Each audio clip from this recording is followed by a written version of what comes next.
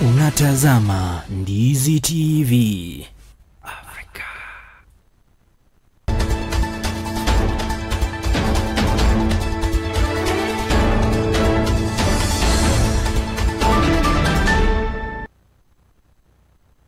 Mtazamaji, wanasema maneno yanajenga ila pia yanaweza kubomoa. Walishauri wazee wenye ndimi za almasi, usipoziba ufa utajenga ukuta.